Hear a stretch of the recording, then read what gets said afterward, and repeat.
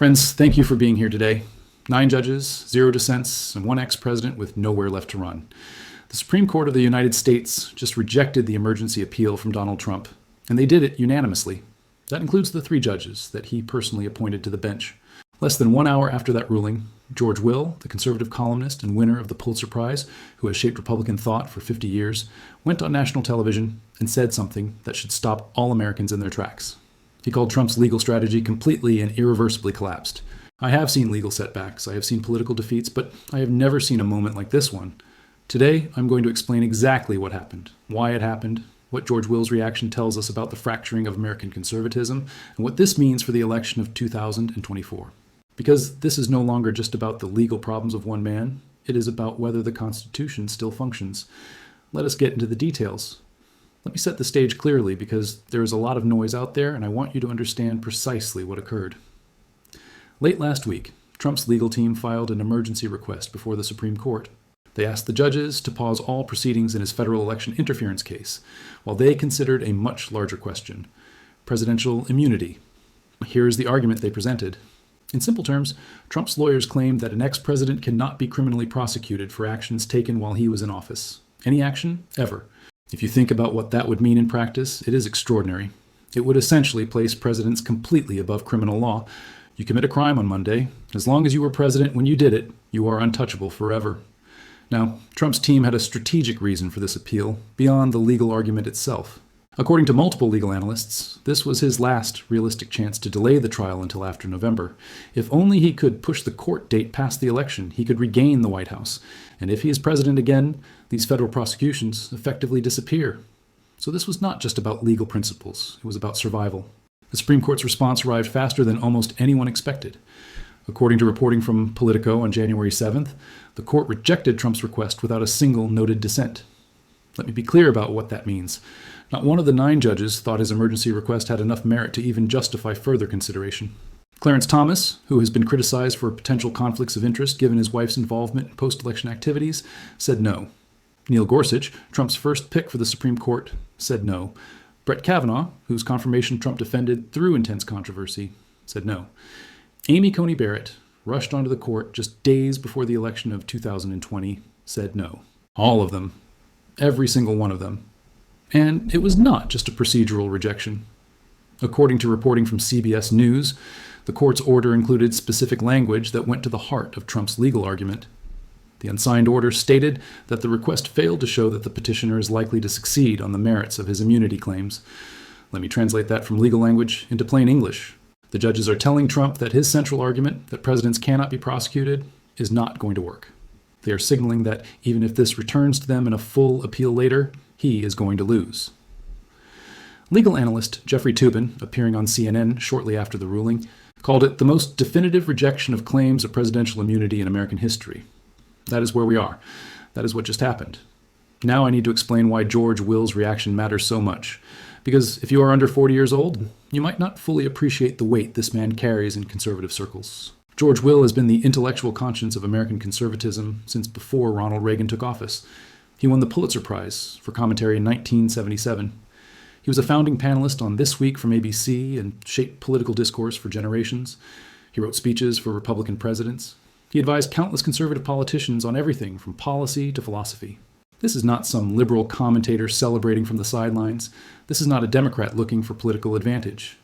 George Will dedicated his entire professional life to building and defending the conservative movement in the United States. So when he speaks, the old guard of the Republican Party, the people who remember what conservatism meant before Donald Trump arrived, pay attention. So when the Supreme Court ruling came out, I was watching for his reaction, and within 1 hour, he appeared on Fox News and delivered what I can only describe as a legal and moral obituary for Trump's defense strategy. This is what he said, and I'm quoting directly. What we witness today is the complete evaporation of a legal fantasy. The notion that a president, having lost an election, could try to retain power through extra-constitutional means and then claim immunity from prosecution was always constitutionally absurd. Now it is legally dead. Think about who said that. A man who defended Republican presidents through scandals and controversies for half a century. A man who built his career on conservative principles. A man whose words carry the weight of institutional conservative judgment. When George Will says something is constitutionally absurd and legally dead, that is not partisan rhetoric. That is a verdict from inside the conservative movement itself. He continued by saying that this moment represents a stress test for American constitutional governance. He noted that Trump's response to this ruling and the response of his followers will tell us if the Republican Party remains committed to the rule of law or has, in his words, devolved into something unrecognizable. Coming from a lifelong conservative, that is a devastating indictment. Here is what most people are missing about this Supreme Court decision. It is not an isolated event. It is part of a pattern that reveals something profound about how our institutions actually work when they are put to the test. Donald Trump has built his political identity on demanding absolute loyalty from every person and every institution around him. And time again, he has discovered that the Constitution and the rule of law do not bend to personal loyalty. Let me walk you through this pattern because once you see it, you cannot unsee it. Start with Bill Barr in the Department of Justice. Barr came out of retirement specifically to serve as Trump's Attorney General. He wrote the memo that framed the Mueller report in the most favorable way possible for Trump. He intervened personally in cases involving Trump allies like Roger Stone and Michael Flynn, interventions that career prosecutors found so troubling that some of them resigned in protest. By any reasonable measure, Bill Barr was one of the most loyal attorneys general in modern history. He went further for Trump than almost any previous attorney general had gone for their president. But then came the election of 2020. Trump was claiming massive fraud. He wanted the Department of Justice to back him up, to declare the election corrupt, to give official validation to his claims. Barr investigated, looked at the evidence, and found nothing. The claims were baseless. According to reporting by Jonathan Karl for ABC News, when Barr told Trump the truth, that there was no evidence of fraud that would change the outcome, Trump exploded at him in the Oval Office, shouting, saying that Barr had betrayed him. Barr resigned shortly after. Trump has attacked him brutally ever since, calling him weak, stupid, disloyal. But here's what actually happened. Barr told the truth. That was his sin. Not disloyalty to Trump, but loyalty to reality. Now, look at what happened with the Supreme Court during the election challenges of 2020. Trump and his allies filed over 60 lawsuits challenging election results in various states. They went to the Supreme Court multiple times, fully confident that the 3 judges Trump had appointed would deliver for him. After all, Trump had told his supporters that this was why those appointments mattered. He said he needed his judges on the court in case of an election dispute. But the court rejected every single election challenge, often unanimously, often without even agreeing to hear oral arguments. Trump appointed 1/3 of the current court, and they ruled against him repeatedly, not because they were disloyal, but because his claims lacked legal merit. The law does not care who appointed you. Then there's Mike Pence. Pence spent 4 years as perhaps the most deferential vice president in modern memory. He defended Trump through the Access Hollywood tape, through Charlottesville, through 2 impeachments, through every imaginable controversy. He was the bridge between Trump and evangelical voters, between Trump and traditional conservatives. But on January 6, 2021, Trump demanded that Pence do something the Constitution did not allow him to do: unilaterally reject electoral votes and overturn the election results. Pence refused, not because he was disloyal to Trump personally, but because the Constitution gave him no such power. He took his oath to the Constitution seriously, and for that act of constitutional fidelity, Trump turned on him completely. A violent mob stormed the Capitol chanting, "Hang Mike Pence." According to testimony before the January 6th committee, Trump expressed support for that sentiment as he watched it unfold on television. 4 years of unwavering loyalty meant nothing the moment Pence chose the Constitution over Trump. Even Mitch McConnell, who spent years accommodating Trump, pushing through his judicial nominees, blocking Democratic legislation, even McConnell reached his limit after January 6th. After voting to acquit Trump on procedural grounds, McConnell took the floor in the Senate and declared Trump practically and morally responsible for the attack on the Capitol. Do you see the pattern here? Every person, every institution that Trump expected to bend to his will eventually found a moment where the law or the Constitution required them to say no. And every time that happened, Trump treated it as betrayal. I want to pause here and ask you a question.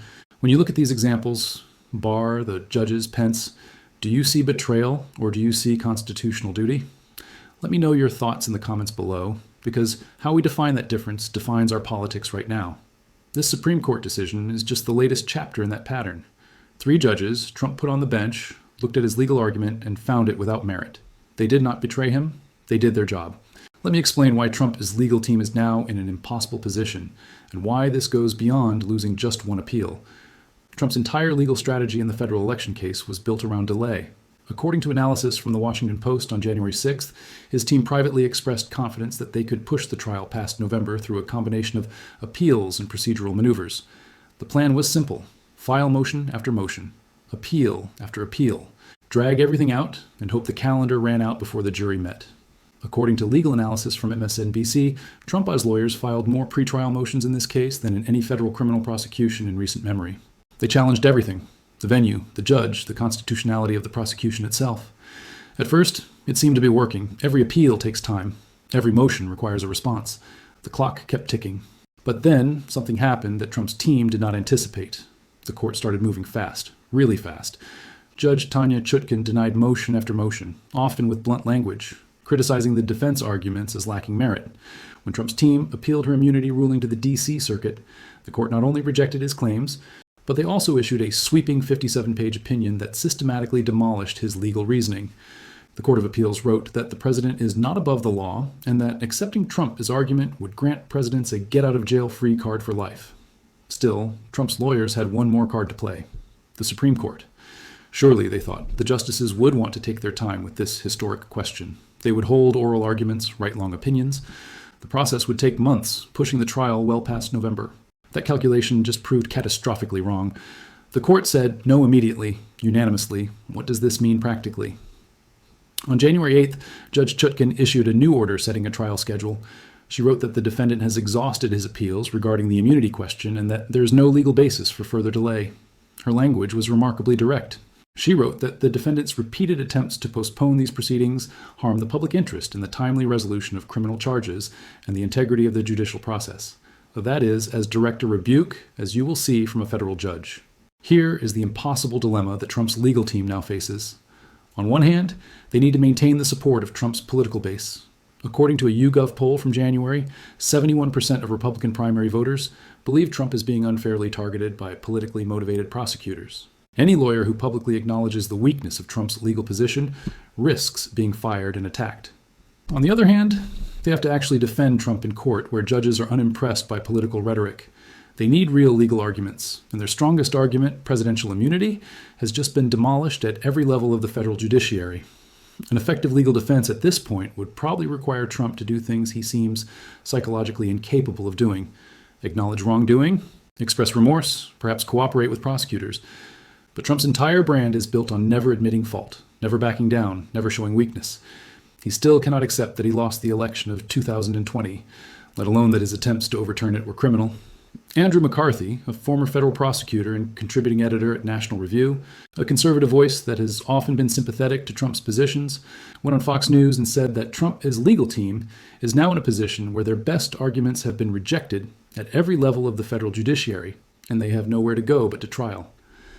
Jonathan Turley, another conservative law professor, said that the Supreme Court's unanimous rejection sends an unmistakable signal that Trump's immunity claims were viewed as fundamentally meritless. When legal experts from across the ideological spectrum use phrases like complete collapse and nowhere to turn, that is when you need to pay attention. So let us talk about what this means for real people, for voters, for the Republican Party, and for the country. First, the immediate political consequences. Trump's trial could now begin in February or March. Think about what that means. An ex-president facing trial for attempting to overturn an election right in the middle of primary season. Republican strategists cited in Politico expressed deep concern about this timing. Every day Trump spends in a courtroom is a day he cannot spend on the campaign trail. Every piece of damaging evidence presented is another news cycle dominated by his legal problems instead of his political message. Democrats plan to take full advantage. They will hammer one point relentlessly: that even the Supreme Court, including Trump's own appointees, rejected his claims. That argument neutralizes the partisan witch hunt defense that Republicans have been using. But here is where it gets complicated inside the Republican Party itself. Those moderate Republicans, trying to balance their constituents' enthusiasm for Trump with concerns about electability and governance, are now in an extraordinarily difficult position. The Supreme Court just handed Democrats a huge talking point that is impossible to dismiss as partisan. Meanwhile, the true MAGA believers are doubling down hard. According to social media analysis from Media Matters, within hours of the ruling, Trump supporters were attacking the Supreme Court itself as part of a deep state conspiracy. Some called for impeaching the judges Trump appointed. Representative Marjorie Taylor Greene, one of Trump's most vocal supporters in Congress, suggested on social media that the Supreme Court has been compromised and called on patriotic Americans to make their voices heard. That kind of language, suggesting the highest court in the land is illegitimate when it rules against your preferred candidate, is genuinely dangerous. It is the same logic that led to January 6th. George Will addressed this directly. He said, "We are witnessing not merely a legal defeat for one man, but a stress test for American constitutional governance." According to a CBS News poll from January 5th, 62% of Americans believe that if Trump is convicted of a felony, he should be disqualified from holding office. The Constitution actually does not require that a convicted felon cannot legally run for president, but public sentiment shapes elections. Independent voters in particular express deep discomfort with the idea of voting for a convicted felon for president. Those are exactly the voters who decide close elections. Republicans now face an agonizing choice: stick with Trump through a trial and a potential conviction, risking an electoral disaster in November, or try to pivot to another candidate, risking a MAGA revolt that could tear the party apart. There is no good option, only less bad options. I'm curious where my audience stands on this difficult choice. If the trial moves forward and ends in a conviction, does that change your vote? Or is the legal outcome irrelevant to your political choice? Tell me in the comments, because the pollsters are struggling to figure this out, and I want to hear from real people. So, what happens next? I'm going to be careful here because I do not make predictions, but I can lay out the possibilities. The legal implications of this Supreme Court denial extend far beyond Trump's immediate case. The courts have now clearly established that ex-presidents can be prosecuted. That does not mean it will happen often, and it does not mean it should happen for political reasons, but it means that the ultimate check on presidential power, the criminal justice system, remains available when a president's conduct is truly egregious. If Trump had succeeded with his immunity claims, presidents could have committed any crime, up to and including attempting to stay in power after losing an election, without fear of legal consequences. The only remedy would have been impeachment, which has proven to be almost impossible in our polarized era. The courts have now closed that loophole forever. As for the trial itself, legal experts say it could begin in a few weeks.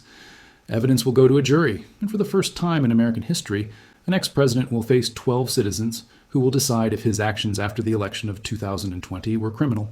If Trump is convicted and held accountable, it will affirm that American democracy, with all its flaws, still works. It will show that our institutions, tested like never before, finally held. If he somehow escapes accountability, whether through legal maneuvers no one has imagined yet, or by winning the election and making the prosecutions disappear, it will send a very different message about what future presidents can get away with. Let us look deeper into what the coming months will actually look like on the ground, because the logistics of this trial present a challenge that our legal system has never had to manage before. We are not just talking about abstract legal arguments anymore. We are talking about the physical reality of putting a former president and current frontrunner on trial. Security experts are already warning that the courthouse in Washington, D.C. will need to be fortified like a military base. The Secret Service, charged with protecting the former president, will have to coordinate with the U.S. Marshals, charged with securing the prisoner. It is a collision of bureaucracies that reflects the collision of norms we are witnessing. And consider the jury. Finding 12 impartial citizens in a jurisdiction that voted heavily against Trump, who have no strong fixed opinions about the most famous man on the planet, will be a Herculean task. Their identities will likely need to be protected to ensure their safety, creating an atmosphere of tension before the opening statements are even read. Then, there's the nightmare scenario that constitutional scholars have been debating in theory for decades, which is now becoming a plausible reality. What happens if Trump is convicted but wins the election anyway? The Constitution does not explicitly forbid a convicted felon from serving as president. We could face a situation in January of 2025, where a president-elect is scheduled to be sentenced to prison days before his inauguration. Or, even more chaotic, a situation where he attempts to pardon himself immediately after taking the oath of office. The Supreme Court rejected his claim of immunity for past acts, but the power of the pardon is vast and untested in this context. If he tries to pardon himself, we would be plunged immediately back into a constitutional crisis that makes the current moment look stable by comparison. It would force the Supreme Court to decide if the president is truly a king, holding the power to absolve himself of crimes against the state he leads. This is a scenario that sounds like fiction, but it is very real. I want to hear your prediction. Do you think the Supreme Court would allow a president to pardon himself? Yes or no? Drop your answer below. This domestic instability has implications that reach far beyond our borders. Allies and adversaries alike are watching this stress test of American democracy with intense interest. For nearly 250 years, the peaceful transfer of power and the rule of law have been the bedrock of American soft power. When we lecture other nations on corruption or judicial independence, we point to our own system as the model. If that system fails to hold a powerful leader accountable, or if it collapses under the weight of political violence and polarization, our credibility on the world stage evaporates. Dictators looking for excuses to ignore their own laws will point to Washington and say, look, even they do not follow the rules when it is inconvenient.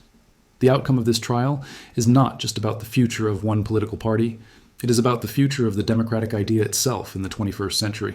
Ultimately, however, the final verdict will not be delivered by a jury of 12 in Washington. It will be delivered by the voters. The courts can determine if a law was broken, but only the electorate can determine if that violation matters enough to disqualify a candidate from high office. George Will spoke of the deterioration of conservatism, but the broader issue is the deterioration of our shared civic standards. If voters decide that partisan victory is more important than constitutional integrity, then no court ruling can save us. The judicial system acts as a guardrail, but the people are the drivers. We are driving toward a cliff, and for the first time, we are realizing that the brakes, our norms, our traditions, our shame, might not work as well as we thought. That is why this moment requires more than just passive observation. It requires us to understand that the Constitution is not a self-enforcing machine. It is a promise that each generation must choose to keep. All right, let me wrap this up with 3 key points I want you to remember. 1, the Supreme Court unanimously rejected Trump's immunity claims, including the 3 judges he appointed. This is not a partisan decision. This is the law. 2, George Will, one of the most respected voices of conservatism for 50 years, called Trump's legal defense completely and irreversibly collapsed. When the intellectual father of modern conservatism says that it matters. 3, this ruling follows a pattern. Every institution from which Trump expected personal loyalty, the Department of Justice, the Supreme Court, his vice president, eventually chose the Constitution over him. That is not betrayal. That is how the system is supposed to work. Here is what I would like from you. We are watching history unfold in real time. The coming months will be studied in textbooks for generations, and I think it matters that we understand it clearly, not through partisan spin, but through careful analysis. If this breakdown helped you see the big picture, I would appreciate it if you left a comment with your honest thoughts. What is your verdict on George Will's assessment? Is the legal strategy dead, or does Trump have another move? I read your comments. They shape how I cover these stories. And if you want to stay informed as this unfolds, and it is going to unfold fast, subscribe to the channel. I will be covering every major development with the same depth and the same commitment to getting the facts right. The walls have closed in, the highest court has spoken, and now for the first time, an ex-president will face a jury for allegedly attempting to overturn an election. We are living through a turning point. Let us make sure we understand it.